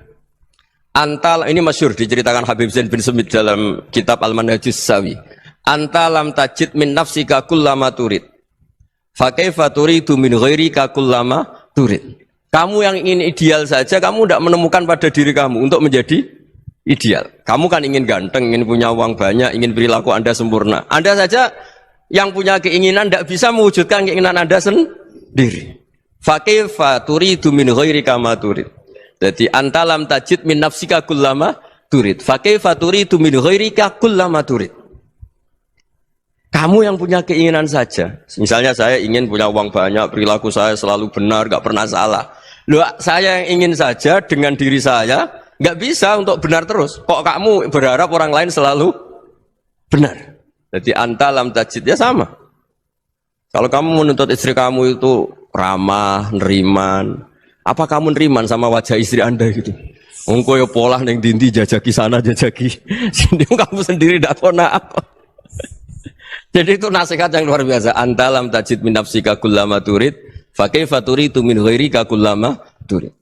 Kamu mau menghormati semua orang, enggak mau kan? Kemudian Anda berharap semua orang menghormati kamu. Kamu tidak ingin kan orang lain semua menghujat kamu. Sementara kamu enak aja menghujat orang lain. Makanya Rasulullah SAW luar biasa ketika bikin kaidah sosial. apa la yu'minu ahadukum hatta yuhibba li akhihi ma yuhibbu li nafsi. Jadi kalau ukuran iman itu sederhana. Kalau sesuatu itu baik, nyaman bagi Anda ya, bayangkan itu pada teman Anda. Misalnya Anda bangun tidur sudah acak-acakan, nggak punya uang, utang jatuh tempo, kan nggak ingin ketemu orang. Ya kamu jangan bertamu ke jenis ini karena dengan kamu yang alami juga nggak siap ketemu orang. Makanya ada Habib Alim itu dilapuri sama seseorang. Beb, dulu teman saya itu ketika saya kaya itu sering main ke saya. Setelah saya miskin, mereka tidak main ke saya. Kata Habib itu bagus, sunnah Allah begitu itu bagus. Coba kalau kamu dulu kaya, teman kamu main kan kamu gaya, di rumah ada makanan, bisa hormat tamu. Setelah kamu miskin jadi buruh manol di pasar atau buruh bikin botol, teman kamu datang, malu enggak kamu? Mendingan enggak datang gitu. Akhirnya baru, oh ya alhamdulillah kalau gitu. Loh iya kan dulu teman kita datang, kita ada Alphard, istri cantik, rumah bagus. Lah kita miskin, buruhnya orang pas dibentak-bentak, teman kamu udah datang. Milih datang kamu enggak kalau setelah kamu jatuh? Enggak kan? Jadi barokahnya ilmu itu terus. Ya, tapi kadang-kadang orang ngeluh, wah setelah saya miskin teman-teman enggak kasih ke sini. Ya kalau kamu sudah jatuh, teman-teman kamu situ jadi tontonan. Ya mulai sekarang cara berpikir itu dirubah. Dulu yang namanya kiai itu kalau diundang orang itu ya agak-agak senang. Semenjak saya itu agak rubah. Mengundang kiai, ngatur kiai itu tak haram-haramkan ya ada lumayan lah sekarang itu sudah mulai agak beretika. Dulu itu ngundang tuh tanggalnya ditentukan, jamnya ditentukan. Oh, enggak mikir apa kiai saat itu nganggur enggak. Punya wadifah enggak. Dia milih tanggal yang dia nganggur, enggak mikir pas itu kiainya nganggur apa. Enggak. Ya saya hanya cerita aja, kamu tersinggung ya monggo, boten nggih monggo itu kan. Jadi saya mohonlah supaya tadi saya juga matur ke Habib Ahmad. Jadi untuk orang merasa ikut sunnah Rasul itu gampang sekali kata Sayyid Muhammad. Dulu Nabi berpakaian ala daerahnya. Kalau mikot ya pakai mikotu baladi. Karena Nabi orang Madinah dan beliau berdomisili di Madinah ya misalnya mikotnya dari Bir Ali misalnya. Tapi kalau Anda orang kawasan Tanim mau umrah ya dari Tanim, misalnya kawasan Jirona ya dari Jirona. Artinya apa? Kamu ngambil mikot karena Nabi mikot misalnya dari Bir Ali, bukan berarti kamu harus seperti Nabi di Bir Ali, kamu orang Mekah, misalnya kamu orang Tanim, orang ya harus dari mikot itu apa? Baladi. Sama, makanya di fikih-fikih itu kalau tahnik anak, Nabi orang Arab, halawiyatnya kurma ya kurma. Kalau orang Jawa sedegan, semua podo-podo. Ya podo-podo manis. Jadi ini tabaruk sama Sayyid Muhammad, ini ada murid beliau Habib Ahmad, saya baca supaya orang itu merasa ikut Nabi itu gampang sekali. Ini saya baca ya di halaman tadi disaksikan Habib Ahmad 433 di kitab apa begini? Manhajus Salaf fi Fahmin Nusus. Itu kata Sayyid Muhammad, wa kanat sunnatu Rasulillah annahu yat'amu ma yajiduhu fi ardi wa yalbasu ma yajidu wa yarkabu ma yajidu mimma abahu wa ta'ala. Faman istamala ma yajidu fi ardi fa huwa al-muttabi' lis-sunnah. Kama annahu hajjal baita min madinati. Faman hajjal baita min madinati nafsi fa huwa al-muttabi' lis-sunnah. Wa illam takun hadhil madinatu tilka. Jadi intinya misalnya Nabi dulu itu ngasih sedekah kepada fakir miskin ya pakai dinar, dirham. Ya kalau orang misalnya sedekah pakai rupiah ya sudah ikut sunnah Nabi. Jangan, lu Nabi pakai dinar loh, kamu kok pakai rupiah. Dulu dinarnya Nabi udah ada tulisannya Bank Indonesia, kamu ada tulisannya Bank. Ya tidak ada seperti itu. Ya jadi misalnya Nabi sedekah pakai tamar atau pakai al-aqid, ya kita pakai beras, pakai apa.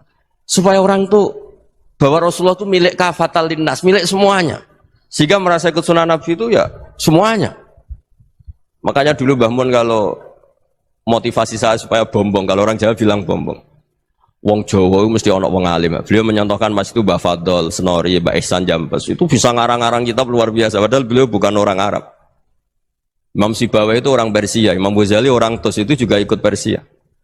Kata Imam Mun, wong sing ora Arab lah mesti untuk jatah alim kata beliau. Karena Nabi itu diutus ke fatal linnas. Nanti kalau orang yang alim itu Arab tok, berarti tidak ada perwakilan dari Afrika, dari Asia Tenggara, dari mana-mana. Makanya karena Nabi statusnya itu kafatal linnas. Jadi kita harus bangga sebagai Muslim, sebagai orang Indonesia karena misalnya Wali Kutub dulu terkenalnya hanya ada di Yaman, di mana. Ternyata pernah ada juga di Indonesia dan seperti Habib Abu Bakar Segaf Gresik. Jadi ya artinya kan tetap orang Indonesia meskipun beliau dzurriyyah Rasul kan ya sudah orang apa? orang Indonesia. Zuriatnya Habib Ali Simtuduror sekarang di Solo. Jadi Indonesia juga dapat Alawin banyak, dari Sadatin Alawin juga banyak. Jadi saya mohon barokahnya ngaji seperti ini, melihat orang lain tuh gampang. Bayangkan tuh kalau anak kamu, makanya Nabi nanti kalau nggak percaya lihat di Hikam nomor 15 di kitab saya itu. Di situ dijelaskan oleh Hikam, jangan-jangan semangat Anda pada orang yang maksiat, pada orang yang keliru supaya dihukum itu karena kebetulan itu udah anak Anda, itu udah keluarga Anda. Coba kalau itu keluarga Anda. Makanya kalau saya guyonan di Jogja itu, ada pembantu mecahkan piring terus dimarahi majikannya. Saya mesti guyon gitu. Pasti itu pembantunya tidak cantik. Kok bisa, Gus? Andekan cantik dan kamu senang mecahno piring satu, piring saya ra iso ngamuk we. Ternyata ngamuknya itu karena mecahkan piring apa karena plus tidak cantik? Coba jawab para lelaki ini. Kamu marah sama orang maksiat tuh karena maksiat, karena plus itu udah anak Anda. Bayangkan kalau itu anak Anda. Dan itu hebatnya Rasulullah SAW, karena kita yang salah pun kadung umatnya, Nabi tetap ngasih fasilitas syafaati li ahlil kabair min ummati. Kayak apa baiknya Nabi? Tidak ikut maksiat tapi ikut fasilitasi ngasih syafaat. Loh kalau li ahlil ibadah kan wajar, Nabi ketika ini syafaati li ahlil kabair min ummati. Ya karena tadi logika yang dibangun Rasulullah itu logika yang luar biasa. Kita semangat orang lain kena hukuman itu karena kita tidak punya ra'fah, tidak punya rahmah. Coba kalau Rasulullah yang bil mu'minina ra'ufur rahim, semangatnya itu mendoakan supaya tobat, mendoakan diampuni. Dan itu juga yang diperintahkan oleh Allah Subhanahu wa taala, wastaghfir li dzambika walil mu'minina wal mu'minat. Ya semoga barokahnya ngaji ini, barokahnya Habib Ahmad, barokahnya Maulid Simtuduror, barokahnya semua kitab madaih di bab berjanji semuanya, barokahnya Ikhya, barokahnya Said Muhammad, barokahnya guru kita semua, Mbah Maimun, bapak saya. Kita ini ngikuti manhaj, ya, ngikuti apa? Manhaj. Saya sering didhawuhi Mbah Mun, kenapa ihdinas siratal mustaqim bukan siratoka? Bukan jalan engkau ya Allah. Karena Allah itu enggak bisa kamu tiru. Allah itu tidak tidur, tidak makan, tidak kesel, tidak capek. Yang bisa ditiru itu siratal ladzina an'amta alaihim. Yang bisa ditiru manusia ya niru manusia. Karena Allah itu tidak bisa ditiru, makanya ihdinas siratal mustaqim siratal ladzina. Dan niru siapa? Niru guru-guru kita. Termasuk niru cara pandang. Jadi misalnya ada orang awam di rumah itu hanya delok reng, delok tikus liwat, itu kan kayak nganggur. Kok ora tahajud malah main delok reng. Melihatnya jangan gitu. Huwa tarokal ma'asiyah. Dia di rumahnya tidak dugem, tidak kemana-mana. Dia berarti malam itu tarkul ma'asi. Tidak nyopet, tidak garong, tidak ke tempat maksiat. Susahnya apa sih husnudzon? Jadi jangan lihat huwa tarkut tahajud, huwa tarokat tahajud, wa taroka qiyamal lail. Oke ya, namanya orang begitu ya tidak tahajud, tidak qiyamul lail. Tapi susahnya apa sih kamu bilang huwa tarokal ma'asiyah? Dia juga meninggalkan maksiat, dan tarkul maksiat itu tuh ibadah. Supaya orang tuh gampang lah husnudzon sama orang muslim. Ini orang mukmin, orang yang luar biasa. Di mata Allah itu orang yang luar biasa. Kayak tadi Imam Ghazali, kalau saya ketemu orang muslim kemudian dia tidak pernah baik, gimana? Kata Imam Ghazali, ma min muslimin illa wa islamuhu ta'ah. Tidak ada orang Islam ketika dia mentasdihkan Allah dan Rasulullah, berarti dia juga punya taat. Ya ini latihan saja, sing iso nglakoni Habib Ahmad kula namung cerita mawon. Kula cerita secara akademik, saya punya kitab, saya baca, dan alhamdulillah kita paham barokahnya para guru, dan supaya terbiasalah sebaik-baiknya ibadah husnudzon billah wa husnudzon bil mu'minin. Soal tidak cocok ya diilmoni tadi ya, namanya enggak cocok ya jangan sering ketemu. Seperti Rasulullah SAW, beliau karena sangat mencintai Said Hamzah, ketemu orang yang pernah begitu sama Said Hamzah, ya beliau secara basyariah tidak siap. Tapi beliau secara cara bahasa sekarang, secara profesional, kalau beliau seorang nabi dan harus menerima tobatnya siapapun ya diterima. Saya meskipun dengan A, B gak cocok karena dia begini-begini sama saya, tapi saya ingat dia sholat, dia baca sholawat, dia mencintai Rasulullah, ya kita hormat.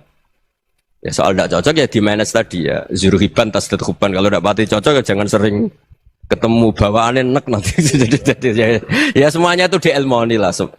Makanya ngendikane Ma'ruf Al-Qurhi ada yang baca Al-Kharki, mangqala fil yaumi salasa marrat aw marham umat Muhammad kutiba minal abdal. Karena semangat mencintai siapapun satu hari sering baca marham umat Muhammad, wa ma asli umat Muhammad, wa ma tajawaz an umati Muhammad. Itu mesti kutiba minal abdal. Dia pasti termasuk wali abdal. Maksudnya semangat mencintai.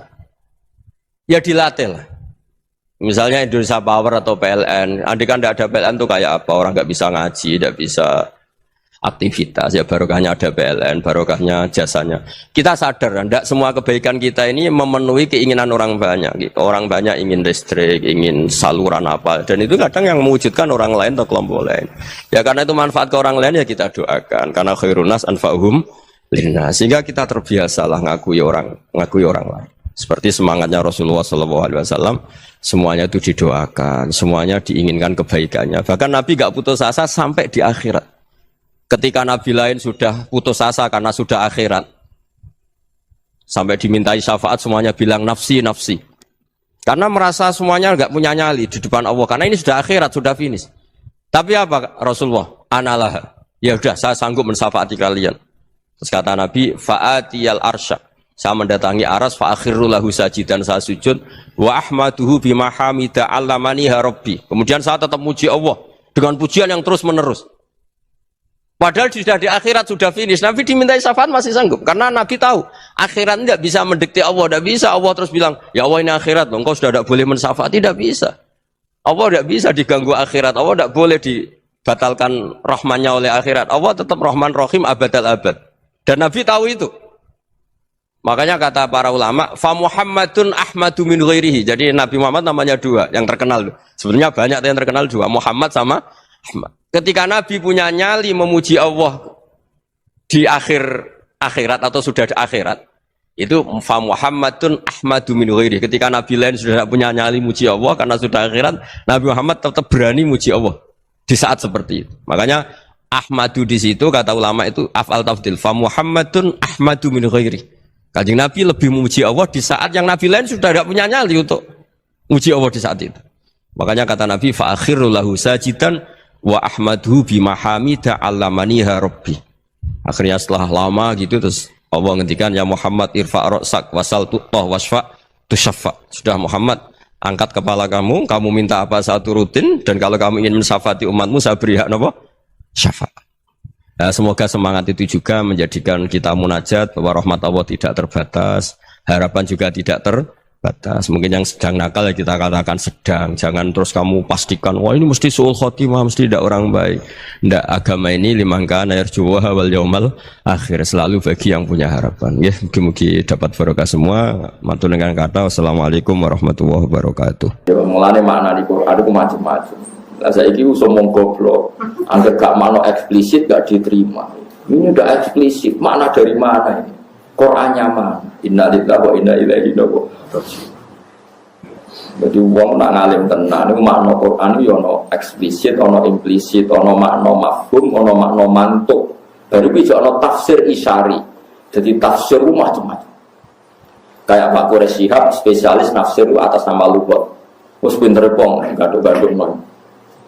Sore siang kadang kalau ya cocok, tapi kalau ya hormat ini wong alim. Pokoknya apa digaduk-gadukno perkara madatul kalimah. Madatul kalimah itu kosakata. Yo akhirnya yo gaduk. Misalnya ngaten.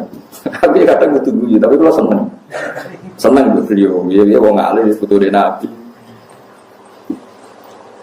Tadabbur maknane apa Mus? Nah cara mikir kan. Mikir itu sangka kata dabaro.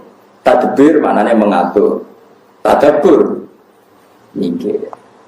Jadi agar madatul kalimat dal barok dabaro maknanya mikir atau ngatur. Tadbirul ma'isyah berarti ngatur kehidupan. Mulane lah ciri utama mikir itu delok guri. Delok guri wong aja delok ngarep tok delok nopo. Nah, mulane barang guri jenenge dubur. Waduh, gaduh-gaduhan kok tok.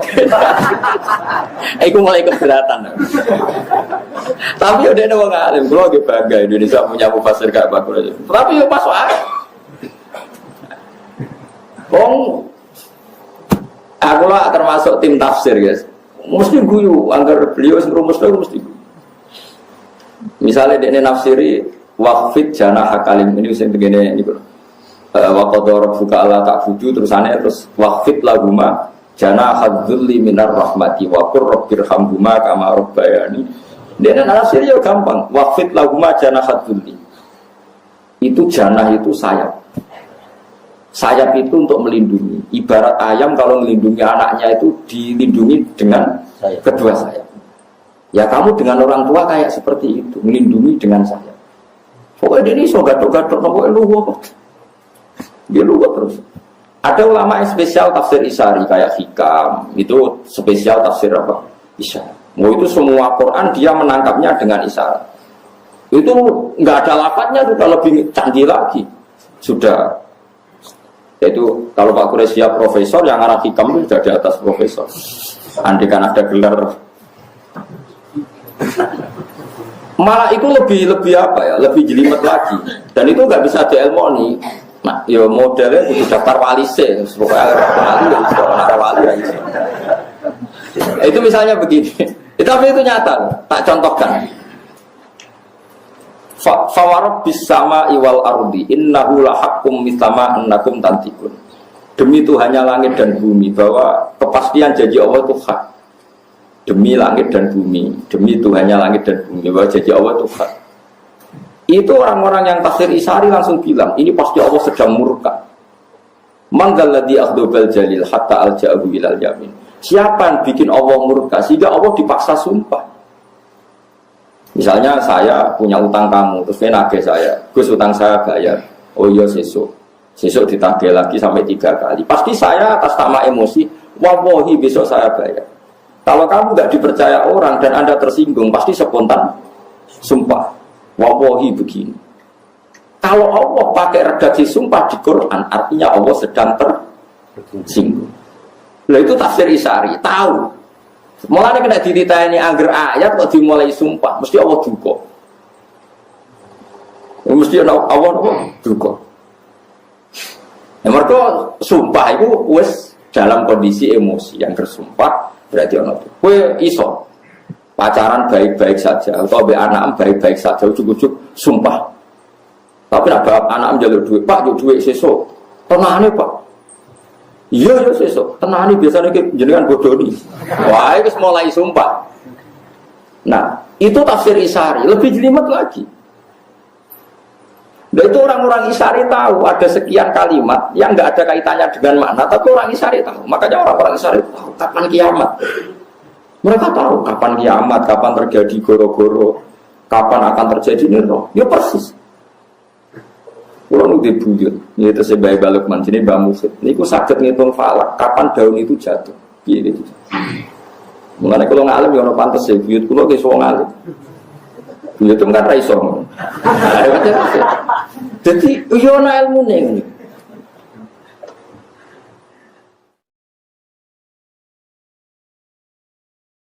Makanya falak itu so dihitung.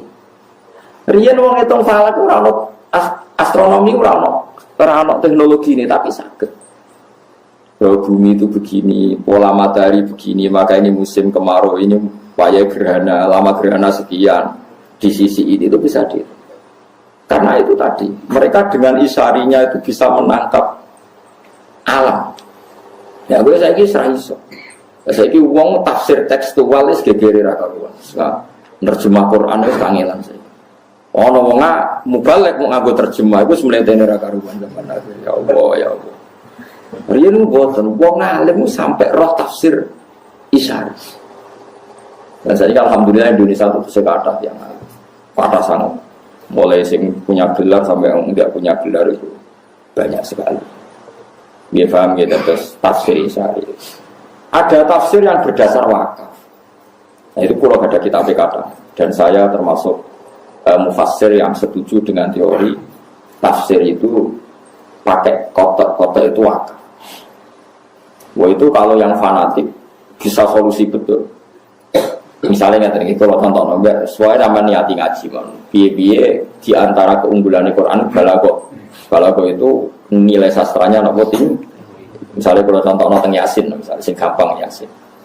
Fala yahzunka qauluhum inna na'lamu ma yusiruna ma yulimu. Nah di mana nih kan? Fala yahzunka mongko aja nyusano ka ing sira Muhammad apa qauluhum pengucapane kufar. Muhammad kamu jangan dibuat risau oleh komentarnya orang kafir. Itu menurut orang-orang alim itu harusnya wakaf. Karena setelah itu tidak pengucapannya wong kafir, tidak perkataan orang kafir. Inna saat tamda insun Allah na'lamu ma yusirruna wa ma yu'lin. Jika kalau antar orang alim niteni wong alim ora iku wakaf ta ora. Fala yazunka qauluhum inna na'lamu. Kalau kamu wasolkan kesane inna na'lamu pengucapannya wong kafir. Padahal inna na'lamu itu wis ngendikane Allah. Ada lagi misalnya tentang Zulaikha. Yang sampean dengar tentang Zulaikha gimana? Dia sangat menginginkan Yusuf mau berhubungan intim. Sepakat ya. Zulaikhanya loh ya. Yusuf agak ingin tapi karena bawaan manusia, tapi tidak sampai terlintas zina. Mau rawong ayu setengah baya blodor jenenge wong lanang rada kepikiran. Tapi ora terlintas zina. Mau kepeksane kepeksa, kayak Mustafa rawong ayu itu serangaran niat zina, ya ora niat sahabat. Tapi jenenge wong lanang normal. Yo kepengin. Itu andaikan kamu itu bisa ayat seperti itu solusinya satu yaitu wakaf. Makanya ulama ada yang baca gini, walakot hamad bih wakaf. Pakai lam, pakai kot. Walakot hamad. Lan teman-teman nejo sopo Zulaikha banget kepinginnya bihi kelawan ngasih lo Yusuf. Wakaf. Terus wahamma biha laula arro'a burhana rabbi. Yusuf pun ingin andaikan tidak tahu burhana rabbi. Berarti mafhumnya biye. Yusuf ya sahabat, tapi andaikan tidak tahu burhana rabbi. Berhubung tahu maka tidak. Nah tapi wong-wong macane Quran diabrak kae. Walaqad hammat bihi wa hamma biha lalu cara kula krungu waduh kacau. Tapi mosok wong semaan kon kaya kula kan kacau. Sedang sing nyemak kesel. Walaqad hammat bihi wa hamma biha. Wes gore wangi ngono kok sing nyemak yo ora paham nek ngalim kan yo rugi. Apa yang ke ilmiah sing dianggap yo ora paham. Tapi kita sebagai orang yang tahu di antara solusi mengurai Quran sebetulnya ada solusinya, yaitu kalau Anda wakaf secara benar. Yang malah jadi alim tafsir yo angel tenan. Sarap kulot yang Indonesia yang dokter tafsir tentang Al-Azhar sukses sudah mengkali Pak Quraisy Abe Gus Yufur putrane Bang. Cara ke sekolah ora kasih. Iku yo angel tenan. Angel tenan. Kulo iso yo perkarane karo gawe bapak kulo. Maksudnya wis bapak kulo nyeneni wong alim dadi yo rada pantes karo kulo iso ne rada pantes. Jadi kulo rapati seneng sekolah. Mulai alit kulo nak kon sekolah ora gelem. Saniki tularan anak kulo sekolah ora rapati gelem. Kulo agar ngamuk kulo takkan sekolah mesti ibu kulo ngamuk. Lah kok mesti seneng sekolah.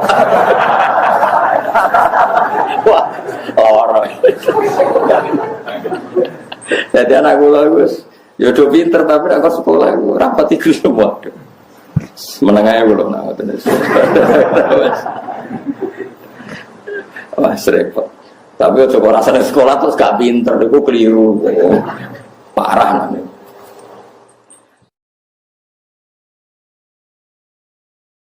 Jadi fahami Quran itu sajane di antara solusinya itu wakaf. Jadi misalnya orang wong kok wakafnya dan walakot hamad di wakaf. Lawa hamad biha iku laula arro'a burhana nawa. Ketika Yusuf mulai terlintas seneng Zulaikha, ada gambarnya Nabi Yakub, Yusuf ditabuk. Barang ditabuk, manine Nabi Yusuf kejar-kejar liwat bijine Nabi Yusuf. Artinya meh kepikiran seneng Zulaikha lagi meh dituabuk bapak. Lah kuwi ora ono sing nabok, lha iku sing perkara. Dadi wong nak nabi wis kabundut telah adol, lah iku jek nyekseni anak. Dikerah anak ya ape maksiat, ape ditabuk. Padahal yo adoh, Yusuf ning Mesir, ape ning Kanaan. Lah kuwi bapak 2 kilo wis ora. Ya alhamdulillah. Ya ora bisa isin ora nabi, ora boleh. Jadi nak keramate tiang-tiang top kados Habib Fakih Muqaddam tiang alim. Saking alime beliau wong darane iku gak Habib, darane Fakih Muqaddam. Padahal tiangnya gak Habib. Namanya Muhammad bin Ali, gak Habib, tapi wong darane Fakih. Niku sak alim fikih namanya darane Fakih. Niku nak gerak. Jadi nak kholi Nabi Hud teng Yaman ono kholi Nabi Hud. Nak ruah. Ya kholi Nabi Hud itu bulan Saban. Ya kholi Nabi Hud itu bulan apa? Saban. Jadi Nabi Hud niku tiyang Yaman, riyen namanya Ad. Wa ila adin akhum napa. Berhubung Nabi Hud itu khole Sa'ban, terus wali-wali Indonesia itu rata-rata kaya aman. Akhirnya wali-wali Indonesia nak kirim donga itu Sa'ban. Sa'ban mergo dipadakno Nabi Hud basa Jawane ruwah. Ruwah mergo sayyid-sayyid sing alim darani roh iku arwah. Arwah kena ilat Jawa. Ruwah. Lah nang ruwah dikirim donga. Iku jenenge Bapak aku siap gaduh-gaduhan. Tapi wong alim yo tetep tok dalan kula niku yo ngaji Mbah Mun, ngaji Bapak. Terus saniki sering ngrungokno Pak Kures, ngrungokno wong alim-alim sak donya kados Habib-habib sak donya, wong alim-alim sak donya. Kula gadah dokumennya. Ya macam-macam, ono tafsir Isari, tafsir Lafat macam-macam. Ah kula sing ra iso tafsir klenik. Dukun ayat Quran kok diwalik-walik sudah dijimat itu ora iso. Nganti saya kira iso. Piye? Ayat ra diwalik wae ra mandi kok malah diwalik-walik. Dukun kurang ajar wis Quran mesti diwalik. Dadi ora diwalik wae kadang ra mandi kok malah diwalik. Sebetulnya ra kena diwaca. Jadi nek diwaca ora mandi, kudune ra kena diwaca. Wah, curang niku. Mana seneng kalau nang TV Dimas Kanjeng kakean jimat, ya gambaran jimat ya semuanya itu mesti curang gitu. Paham ya? Jadi di antara solusi maknane Quran itu wakaf. Mulane riyen tiang-tiang Jai Ibnu Abbas ada 6 ayat di Quran. Siapa yang bisa wakaf benar dakhalal jannah. Bukan di antara ayat wakaf. Fala yahzunka qauluhum waqaf. Inna na'lamu ma yusir. Tapi ya tidak harus. Piye-piye ora kabeh wong ku ngalim. Mulane terus wonten kaidah walaysa fil Qur'ani min waqfin wajib wala haramin ghairu malahu. Nah kowe wajibno repot ora ngger wong ngalim. Lah hafid-hafid tak repot tiap semana. Ya tapi kowe kudu ngerti. Nggih kudu napa? Baru kayak ngerti Quran bisa diurai. Nggih Quran bisa napa? Diurai. Iku mau walakot hamad bih. Kita tahu Zulaikha benar-benar ingin berselingkuh dengan Nabi Yusuf. Yusuf wahamma bih. Iku laula arro'a burhana rabbi. Yusuf yang meh kepingin umpama ora ditabok bapak. Berhubung ditabok berarti rasido kepingin. Kan gak mungkin konteksnya beda kemudian kamu atafkan walakot hamad bihi wahamma bih kan kacau. Tapi kira usah sok alim, sok bener dhewe nek ana wong ngono salah. Wong kula iku kiai Quran, ana santri stor. Terus ya tak bareng. Wah kok terus tak elingno. Sebenarnya ngene jong, lho ndak semua orang ditedir ngalim. Wong ora usah sok-sokan. Wong aku sing alim ra sok, kowe sing alim kok sok. Aneh-aneh wae. Wong aku sing alim ra sok, kowe sing alim dadakan sok. Wis biasa wae. Lan aja geman tentang maulid teman-teman. Wong Abu Lahab sing ngono wae. Untuk barokah Kanjeng Nabi Muhammad sallallahu alaihi wasallam. Ya biasa wae nek ora cocok ya oleh jenenge wong macam-macam. Kalau ana wong ora cocok, wong kok niru Abu Lahab. Ya oleh wae sak unimu. Ya mesti tentang maulid tapi setuju Valentine, setuju hari macam-macam lagi. Tanggalin Nabi dititani ra oleh, tanggalin wong barat dititani aneh-aneh. Biasa Pak. Sayyidina Umar, era Sayyidina Utsman, Ali itu juga ngalami orang-orang yang ekstrim. Misalnya begini, saya contohkan korban-korban ekstrim yang real. Sayyidina Ali itu masyhur, dia punya musuh besar namanya Muawiyah. Karena permusuhan ini tidak bisa dihindari. Jadi kalau dalam fikih Islam ini anak-anak saya ajari fikih. Kalau orang mukmin membunuh orang mukmin itu hukumnya dosa besar apa kecil? Besar. Itu di bab kisos. Tapi orang fikih itu unik. Di fikih itu ada kitab usial namanya. Di takrib ada kitab usial. Dan di situ ada penjelasan mangkutila dunamali fahuwa syahid. Orang yang dibunuh karena membela hartanya atau keluarganya itu dia mati syahid. Kalau dia posisi membunuh maka malingnya atau penjahatnya muhaddarun damu. Gak punya hak nuntut kisos karena dia anggap gak ada artinya darah. Nah sekarang begini, suatu saat ada garong ke rumah Anda ingin membunuh Anda karena ingin mengambil harta Anda. Anda ingin ingat status mukminnya atau status garongnya? Terus kamu mau dibunuh diam aja? Saya tidak mau membunuh orang apa? Mukmin atau membunuh orang muslim. Nah, kesulitan yang dialami Sayyidina Ali seperti itu. Orang-orang Khawarij cara berpikir Ali ku geblek. Wong mukmin kok pengen mateni mukmin. Muawiyah yo geblek pisan. Wong mukmin kok pengen mateni orang. Padahal suasana sudah kacau. Ketika seorang penjahat mau membunuh yang punya rumah dan yang punya rumah ingin membunuh penjahat, itu namanya mukmin bentrok sama orang mukmin. Apa orang benar sahibul hak ingin mempertahankan haknya? Tidak sampai saya tanya. Itu sahibul hak, yaitu yang punya rumah ingin mempertahankan haknya. Meskipun dalam duel ini kadang terjadi pembunuhan. Nah di sini ini ya, ulama ahli sunnah menyebut masalah istihadiyah. Kelompoknya Sayyidina Ali mempertahankan nyawanya meskipun dengan cara membunuh pasukan Muawiyah. Pasukan Muawiyah juga mempertahankan nyawanya meskipun harus membunuh pasukan Ali. Zaman itu susahnya istihad seperti itu. Tapi orang Khawarij cara berpikir enggak, ini biang keladi masalah itu Ali sama Muawiyah. Mereka malah rapat, ya sudah dua-duanya bunuh saja. Ya masyhur tuh, akhirnya Sayyidina Ali dibunuh oleh orang Khawarij. Makanya ini penting ya, pentingnya ngaji seperti ini. Jadi kamu harus dilatih berpikir nubuwah. Ya dilatih berpikir apa? Nubuwah disebut al-ulama warasatul.